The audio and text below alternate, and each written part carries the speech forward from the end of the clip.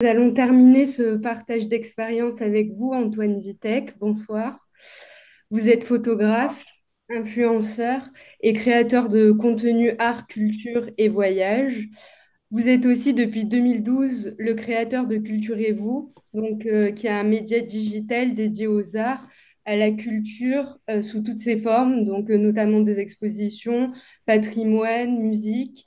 Vous présentez aussi de la littérature, voyage, du cinéma ou encore de la gastronomie. Votre média culturel, donc Culturez-vous, existe à la fois sous forme de blog et sur les réseaux sociaux. On peut vous retrouver sur Instagram, TikTok et YouTube. Vous croyez profondément que les réseaux sociaux sont un moyen de propager la culture et de permettre de rapprocher des passionnés. À travers votre blog et vos réseaux sociaux, vous démocratisez l'accès à la culture en partageant vos découvertes. Votre approche mêle à la fois expertise et accessibilité. Antoine Vitek, vous êtes aujourd'hui une voix influente dans le domaine culturel sur les réseaux sociaux. Avec Culturez-vous, vous êtes à la fois un média et un influenceur culturel. Donc c'est intéressant comme ça, on pourra avoir les deux échos du débat qui nous occupe ce soir. De fait, selon votre expertise à l'ère des réseaux sociaux, on voudrait vous demander si les rôles ne se sont-ils pas inversés et ne sommes-nous pas tous devenus quelque part des producteurs et des diffuseurs de contenu avec l'arrivée du smartphone et la possibilité de photographier, de filmer ou de documenter notre quotidien en permanence.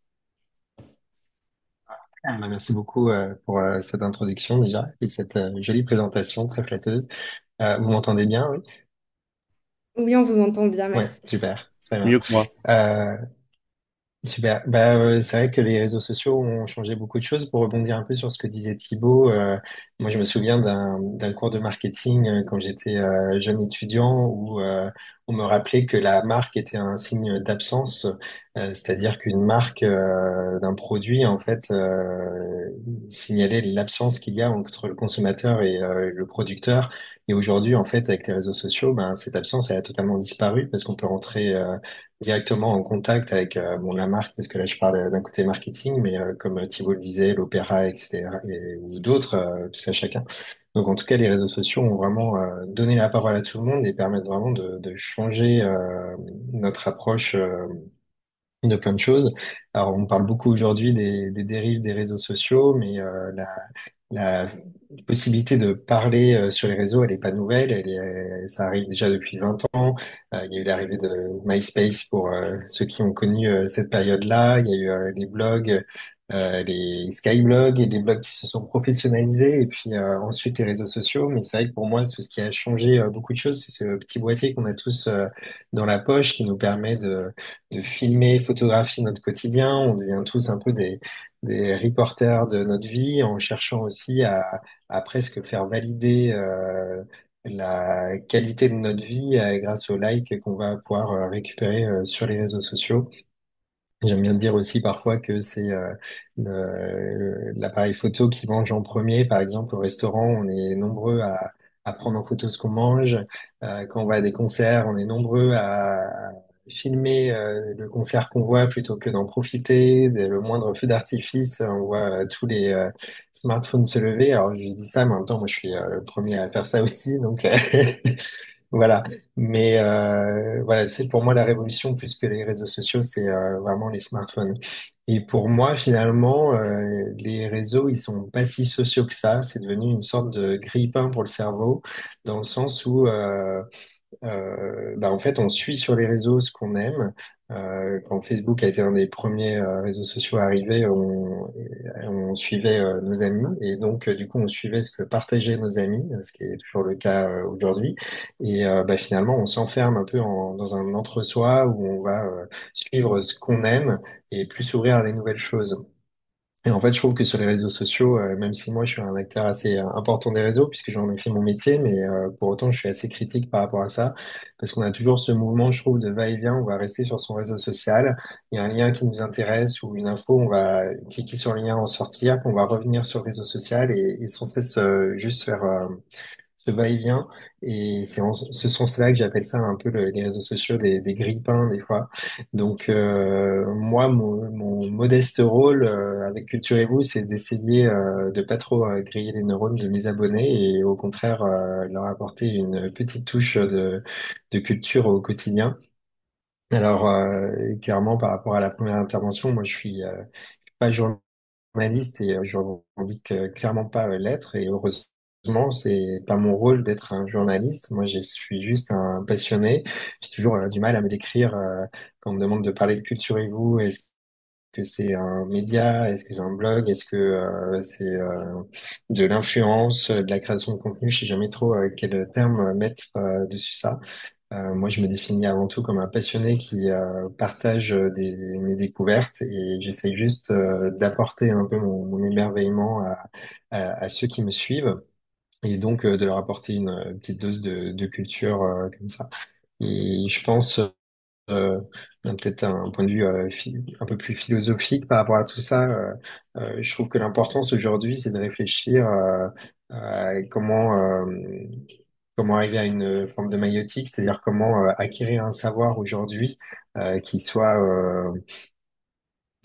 juste, parce qu'effectivement, on voit sur les réseaux apparaître pas mal de dérives aujourd'hui avec des contenus qui sont pas forcément sourcés. On parlait dans la première intervention aussi de Donald Trump qui a mis dehors de la Maison Blanche des médias vraiment d'importance au profit d'influenceurs. Donc aujourd'hui, il faut vraiment faire hyper attention aux sources. Et, euh, et voilà. Donc moi, pour en revenir un peu à Culturez-vous, désolé, je pars un peu dans tous les sens. Mais pour en revenir un peu à Culturez-vous, moi j'ai pris le parti d'être présent à la fois sur un site internet et des réseaux sociaux. Tout simplement, je pense parce que les publics sont juste hyper différents. Sur les réseaux sociaux, on a l'algorithme dont on est totalement tributaire, puisque on maîtrise pas forcément les contenus qu'on a envie de voir. On s'abonne effectivement à des comptes, mais on ne sait pas forcément ce que les comptes vont publier au jour le jour. Les algorithmes nous montrent aussi des choses qu'on a envie de voir auxquelles on n'est pas forcément abonné. Et donc, pour moi, c'est important aussi d'avoir le site internet qui permet aussi de faire ressortir une information que les gens vont vraiment chercher, notamment avec des recherches sur les réseaux, sur Google. Par contre. Donc, les moteurs de recherche ont une approche qui est complètement différente des réseaux sociaux. Donc, voilà, et puis peut-être ajouter aussi par rapport à la première intervention, on parlait aussi de l'importance d'encadrer les réseaux sociaux. Pour la petite anecdote, moi il y a un peu plus d'un an, j'ai fait l'objet d'un contrôle de la répression des fraudes. Alors pas parce qu'ils me reprochaient quelque chose, mais simplement parce qu'avec l'arrivée de la nouvelle loi, ils tirer un peu au sort des influenceurs pour voir comment l'activité était traitée, comment ça s'organisait, les liens avec les marques, etc. Et j'ai fait partie de ce tirage au sort. Et au final, j'avoue que ça a été assez anxiogène au début parce que c'est des entretiens avec la répression des fraudes, c'est beaucoup de documents qu'on nous demande de sortir. Mais au final, j'ai trouvé ça hyper vertueux parce que ça m'a permis aussi d'ajuster ma façon aussi d'afficher de clarifier les informations que je partage par rapport aux partenariats qu'il peut y avoir derrière, aux invitations, aux partenariats rémunérés qu'il peut y avoir. Et finalement, j'ai trouvé que ça a été hyper vertueux à la fois pour moi et pour ma communauté. Par exemple, sur mon site internet, une des façons que j'ai aujourd'hui de me rémunérer, c'est ce qu'on appelle l'affiliation. Donc, si ça vous parle pas, en fait, c'est des liens qui sont traqués sur mon site. Et si un internaute fait un achat en cliquant sur mes liens, moi, je touche une commission derrière. Donc, un des axes d'amélioration que j'ai développé suite à ce contrôle, ça a été d'afficher beaucoup plus clairement ce qui était affilié et ce qui ne l'était pas. Et en fait, je me suis rendu compte que au lieu d'engendrer moins de ventes, bah, au contraire, ça a développé ces ventes. Je pense que les internautes qui me suivent étaient contents d'avoir un moyen aussi de soutenir un créateur qu'ils apprécient.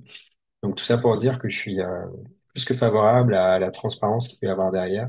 Et voilà, les journalistes et les influenceurs, pour moi aujourd'hui, c'est deux choses complètement différentes. C'est complémentaire. Aujourd'hui, moi, par rapport à ce qui me touche dans les institutions culturelles, je ne conseillerais pas du tout à une institution culturelle d'arrêter de travailler avec des médias dits traditionnels. Pour moi, ce qui va convaincre un internaute d'aller découvrir une expo, d'aller à l'opéra, d'aller au théâtre ou au cinéma, c'est pas juste de voir un contenu sur un réseau social, ça va être un contenu sur un réseau social, une affiche qu'on va voir dans le métro, une publicité qu'on peut voir dans un magazine, un article qu'on peut voir dans la presse. Et en fait, c'est l'association de tout ça qui va donner envie d'aller découvrir des nouvelles choses culturelles. Voilà, en gros, ce que j'avais à dire sur le sujet. Et si vous avez des questions, bien sûr, n'hésitez pas.